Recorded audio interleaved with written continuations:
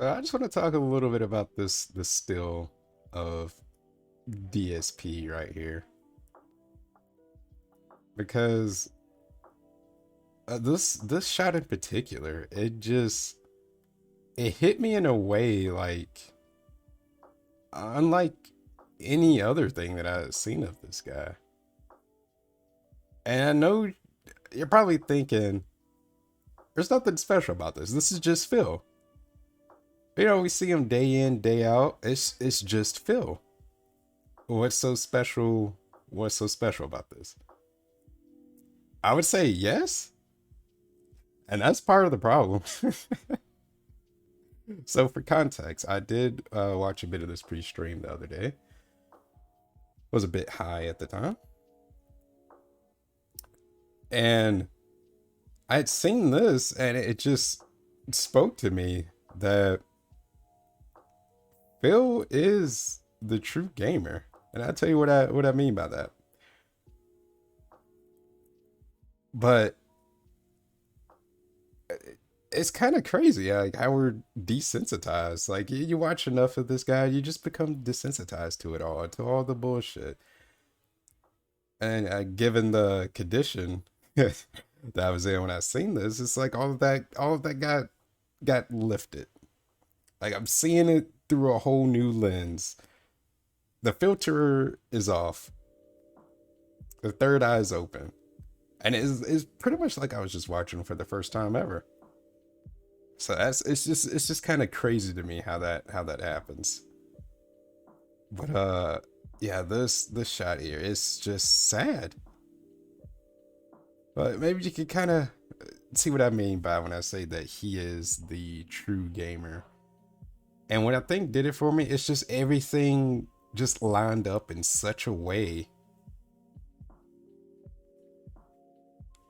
Like it's a combination of like look at this face, look at the shirt, look at the background, look at the layout.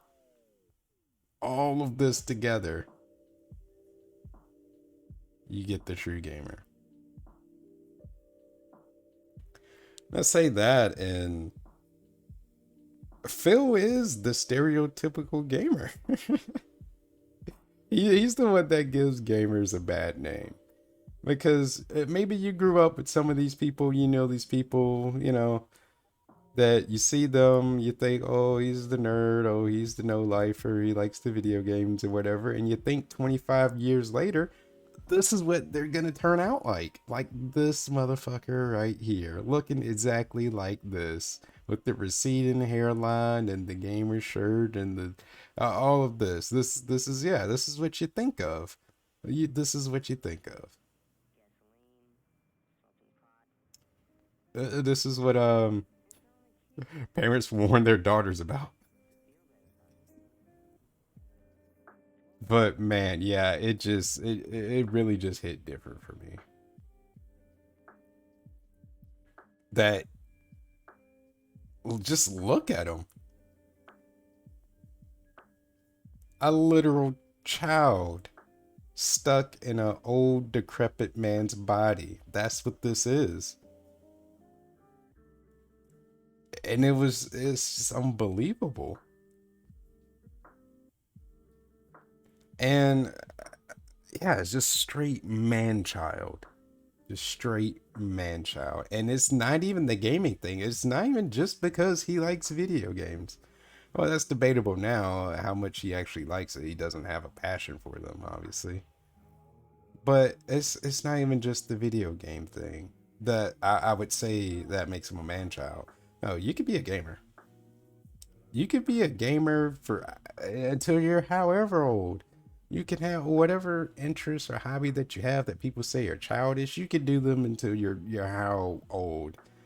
It doesn't matter to me. I don't think that makes you a man child from that alone. What does make you a man child, in my opinion, is how you go about it. How do you carry yourself? You know, just maturity levels and all that. Because you could be a gamer.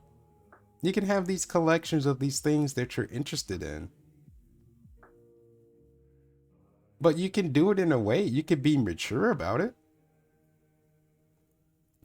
Like if you like spending money and time on those things, like if you're not hurting anybody, you're paying your bills, you know, whatever it is that you're obligated to, you're handling your shit, more power to you, enjoy that thing. But it's like there's a way to do it though. Lots of people have collections, like they like it's a nice attraction piece to the room, the house, or whatever. You know, you got your shelves, it's organized, some lights or something. You know, it's just something that they could be proud about. They could look at, like it looks nice. They put a lot of attention and care, organization, all of that. You could tell it's something that they care about. This, on the other hand,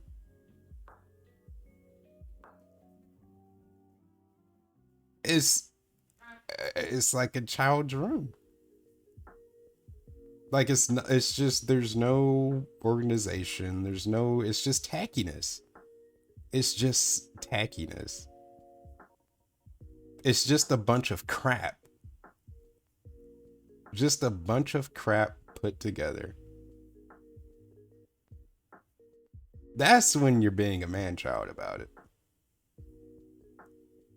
When you're looking like this with this expression, with this shit in the background and this layout, now you're being a fucking man child about it. And that's because he really does not have passion for gaming. Even when he had all his statues back at the anaconda condo. Even when he had all those statues in the condo, again, it was just shit. Just a pile of shit on another pile of shit just thrown everywhere. Because there was no care or attention put to it. Like, how many broken statues did he have? If anything, it was just more of a status thing to solidify his status as a gamer. And he does that by saying, "Oh, I have a lot of game." When he got swatted, but kind of not swatted, a whole lot of gamer shit. Yeah, it's just a bunch of gamer shit. It was just, yeah, his way to solidify his status as a gamer. I have a bunch of gamer shit, and it's like I said, it's the most tacky, like childish way of displaying that. It's just a bunch of shit with just no rhyme or reason because he really doesn't have a passion for this. He really doesn't. But yeah, it's just there's just something quick that I wanted to say about that. There's another part too. I think right here, just to further add to how much of a fucking child this guy is, because I cannot take this guy seriously. I don't see how anyone takes this guy seriously. Like, how do you? Like, it blows my mind. I wonder how, like, Kat's coworkers, how are they not fucking? How is she not a laughing stock? They have to know. They have to know about, like, they ask about your husband and be like, oh, what does he do? And you show them this shit. You can't tell me people aren't laughing. Anybody that used to actually know Phil from the FGC, grew up with her or whatever, you know, they're probably going on. They settle down with a family or whatever, an actual family with children, um, having careers, actual careers. And they got to think, remember that DSP guy? Let me see what he's up to. And they see shit like this. You got to think they just laugh when they come to Phil when they need a good laugh and to feel better about where they are in life, that they didn't end up like this fucker. That's gotta be a thing. But yeah, just it just blows my mind to further like solidify that this guy is just a child in an old man's body. Just look at the way that he acts. It's unbelievable.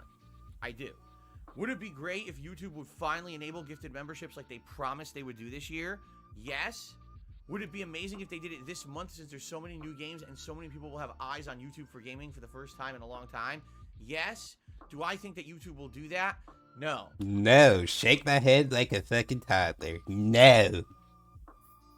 Hell. I don't. YouTube drags their freaking feet on everything. Oh, look at that squint. It's just straight shout. YouTube drags their friggin' feet. His eyes are literally closed. He looks like a South Park character. It's sad, man. It's fucking sad. As you have people like this. I'm sorry, man. Eyes are literally closed. He's faded. He's looking like Cat be looking when she's on the Zans. I'll be mean. Thing that they say and do. They promise the world and they underdeliver all the time. So I'm not shocked that here we are already in the second month. 0 improvements to streaming on YouTube, despite the fact they promised so many improvements coming this year. Did I go back too far? They will literally flip the switch on this probably September, but October. Right? When everyone's like, what the hell? We waited all year. Now you do it? Like, what are you doing? So I'm not really. I'm not. I think that was off from that. I did want to go over the day off thing, the Phil's day off, just to point out one thing. We'll hear him out. I think it started like around here. Ooh. Wincing a little bit today. I finally got my COVID vaccine booster shot. We've been trying to get it for like a month, but we keep having issues scheduling. Do I care about we finally got vaccine out and got our segment? shot. No. So we are not only fully vaccinated, but now we are fully boosted against COVID. Not that it matters, because apparently people are still getting Omicron. The good news is when you're boosted, apparently Omicron, if you happen to get it, is like a cold. So it's not even a big deal at all. So my arm is killing me. It's the best way to listen. And my armpit is also really painful. And my wife as well is having all kinds of pain, bad in her arm, throbbing. So how do I feel? I'm telling you right now how I feel, King Goku.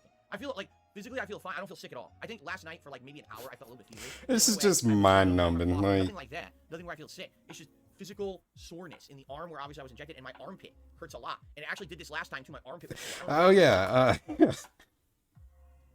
God, even when I imagine this on a regular speed, man. God, that's what I mean. But another thought that I had. Phil reminds me of like kids. That's pretty much what this podcast is, or his whole quote unquote business, man. He wants to be taken seriously, but I literally can't when it looks the way that it does and he acts the way that he acts, and it's like he's sitting at his dad's desk and he's got his suit and tie on that's too big on him, and he's playing like make-believe, like he has an actual grown adult job, and he puts on like his dad's glasses because he thinks it makes him look smarter. That's legitimately what he treats his business like, or that's the comparison that I make. Because he gets these new things and he's so smug about it. Like when he got the intros, like that first shot that I showed, he's so smug and giddy about it. Like, dude, it looks like shit. It looks like you look like a children's entertainer, dude. Calm down. Look at my muscle. The armpit hurts. Okay. So all right. So vaccine. Yeah. Let's. Fully boosted.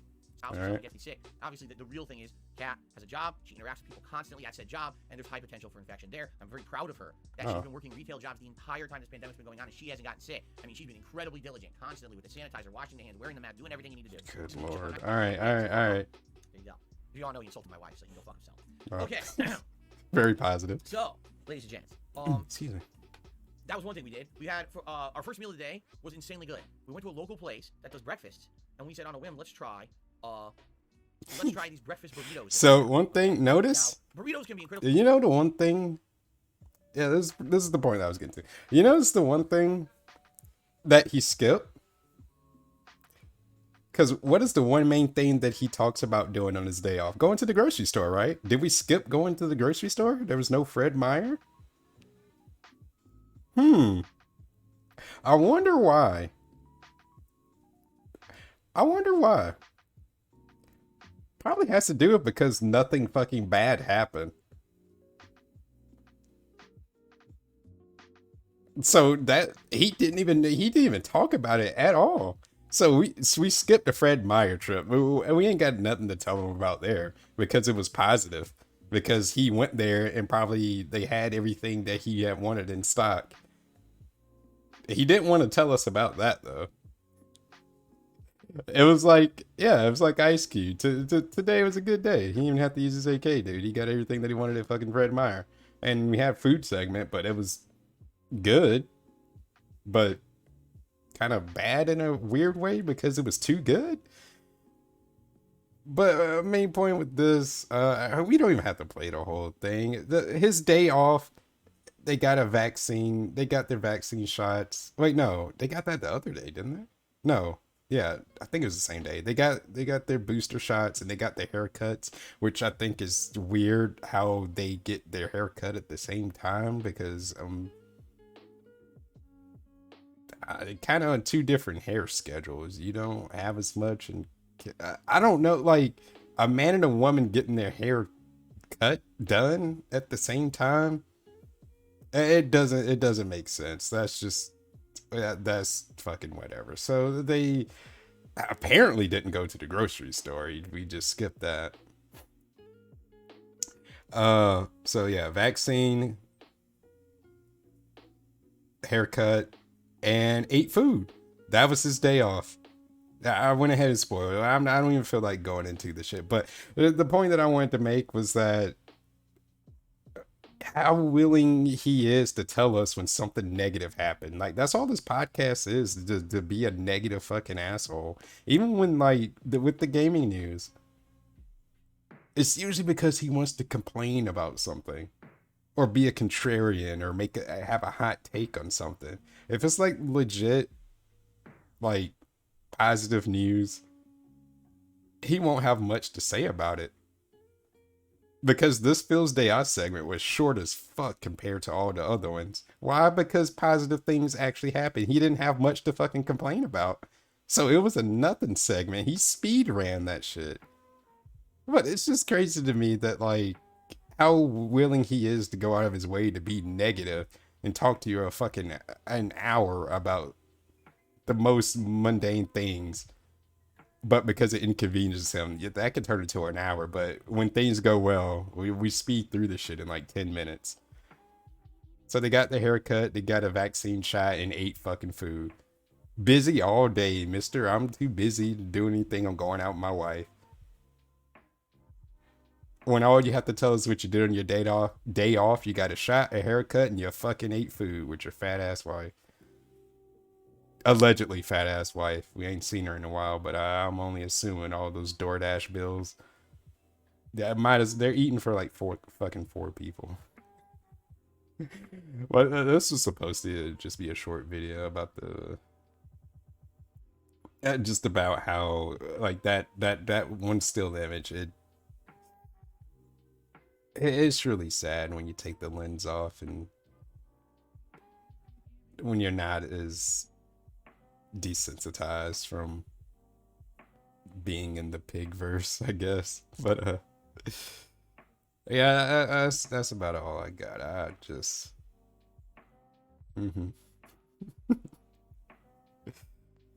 awkward video ending.